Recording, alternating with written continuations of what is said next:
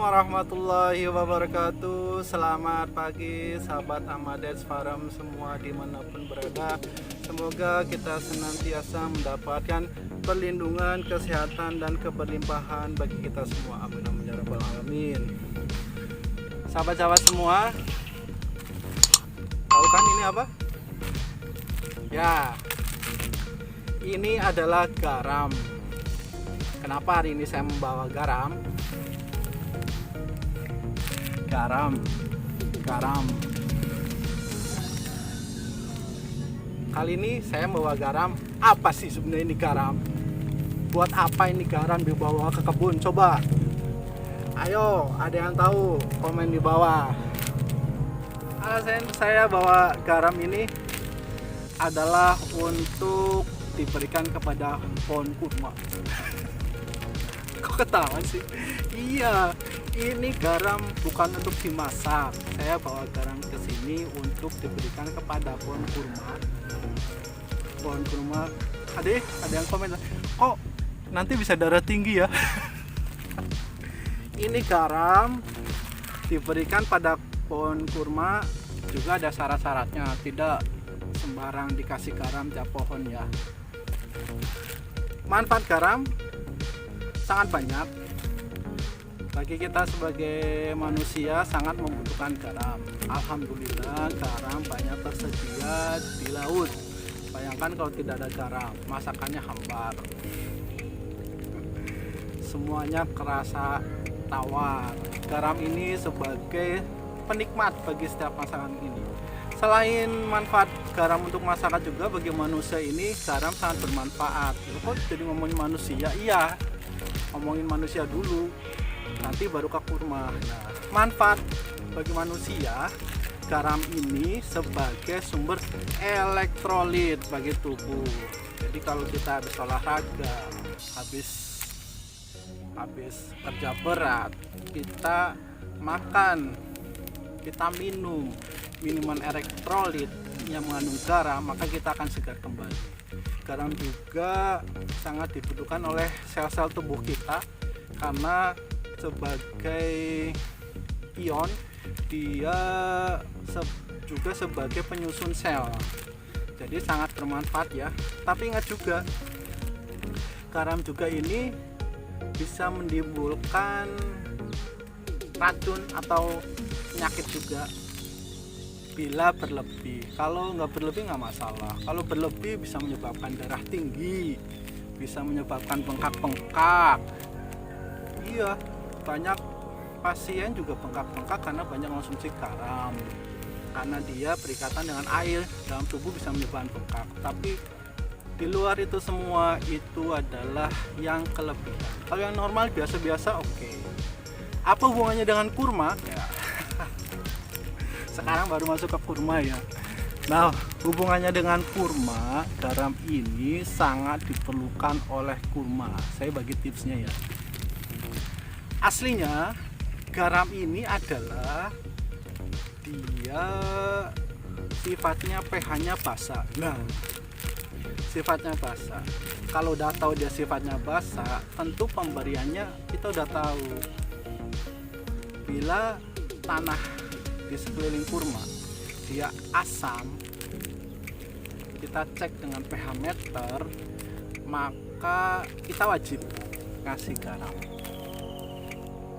Taunya asam, ya pH asam itu pH-nya di bawah 7, taruhlah 3,45 atau 6 lah, nggak apa-apa. Kalau udah pH-nya netral boleh dikasih, tetapi ada catatannya, tidak berlebih, kan udah normal. Tapi kalau sudah pH tanahnya sudah basah, sudah di atas 7, 8, 9, 10, garam ini jangan dikasih ya. Ini garam yang kita masak, ini garam prosop ya, yang lebih murah, bisa pakai berdua-duanya. Nah, terus manfaatnya apa? Tadi bagi manusia udah. Sekarang manfaat garam apa? Masa cuma naikin pH doang? Ya enggak lah. Garam ini rumus kimianya adalah NaCl, natrium klorida, atau biasa kita sebut sodium klorida. Loh, bingung ini? Ya, Na plus Cl minus digabungkan jadi NaCl, garam istilah kitanya. Nah, natrium klorida bila kita berikan di tanah atau sekeliling tanaman kurma, otomatis tanah yang tadinya asam menjadi alkali atau alkalin, menjadi basa ya. Selain itu juga natrium ini diperlukan oleh tanaman kurma. Ini termasuk pupuk mikro. Natrium diserap menjadi ion oleh pohon kurma, dan kloridanya dia akan berikatan dengan kalium bebas di tanah atau di sekitar tanaman kurma. Dia akan berikatan menjadi kalium klorida sehingga bisa membentuk KCl gitu. Iya.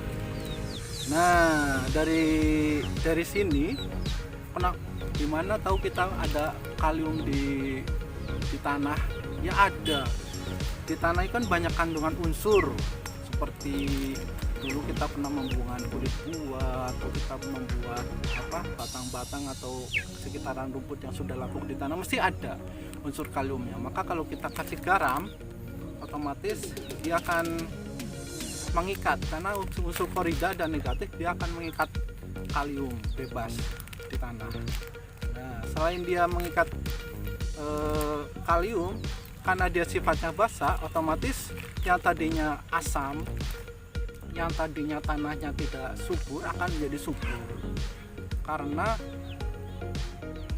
si NaCl ini, garam ini, otomatis tanahnya menjadi basa dan akar-akar penyerapannya akan lebih mudah. Kalau asam kan dia akan gangguan sekali menyerap unsur-unsur di sekeliling pohon kurma. Dengan ditambah ini menjadi basa, dengan pH-nya udah normal kembali, maka cacing-cacing mulai tumbuh, maka hewan-hewan yang menguntungkan mulai hidup, sehingga tanah di sekeliling menjadi subur dan tidak asam lagi. Selain itu, karena pH-nya sudah normal, maka otomatis jamur-jamur dan parasit-parasit yang merugikan kabur. Jadi otomatis tanamannya menjadi sehat, menjadi kuat, karena dia pH-nya udah normal, maka pertumbuhan kurmanya menjadi sehat, cepat besar pertumbuhannya, daun-daunnya mulai hijau, batangnya mulai besar, super sekali. Jadi banyak sekali manfaatnya bagi tanaman kurma. Nah, kalau sudah pH-nya sudah alkalin atau 8 ke atas, maka jangan dikasihkan teman-teman ya. Ini berbahaya. Oke teman-teman. Oh iya, satu lagi.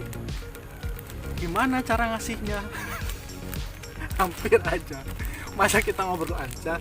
Cara ngasihnya ada 3 cara ya.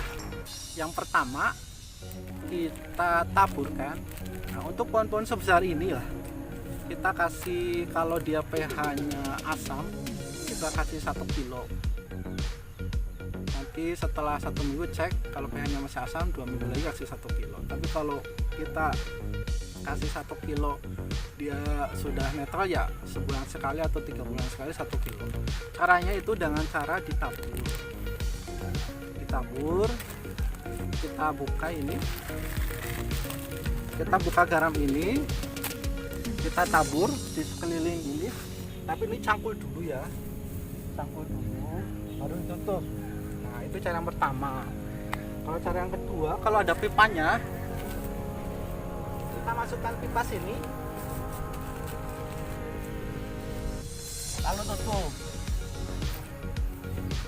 Itu cara yang kedua. Dan kalau pengen fast release, kalau tadi slow release ya, jadi penyerapannya agak lambat, kalau ingin cara yang cepat, kita kocorkan 1 kg garam ini dengan 5 liter air kocor. Lalu kita aduk-aduk. Setelah tercipta larutan, kita siramkan ke sekeliling pohon kurma di sini. Ya. Simpel sekali caranya. Ingat, cara ini hanya untuk tanah yang asam. Kalau yang basah jangan ya. Mungkin sekian teman-teman. Bila ada yang perlu ditanyakan, silahkan di kolom komentar. Semoga bermanfaat. Assalamualaikum warahmatullahi wabarakatuh.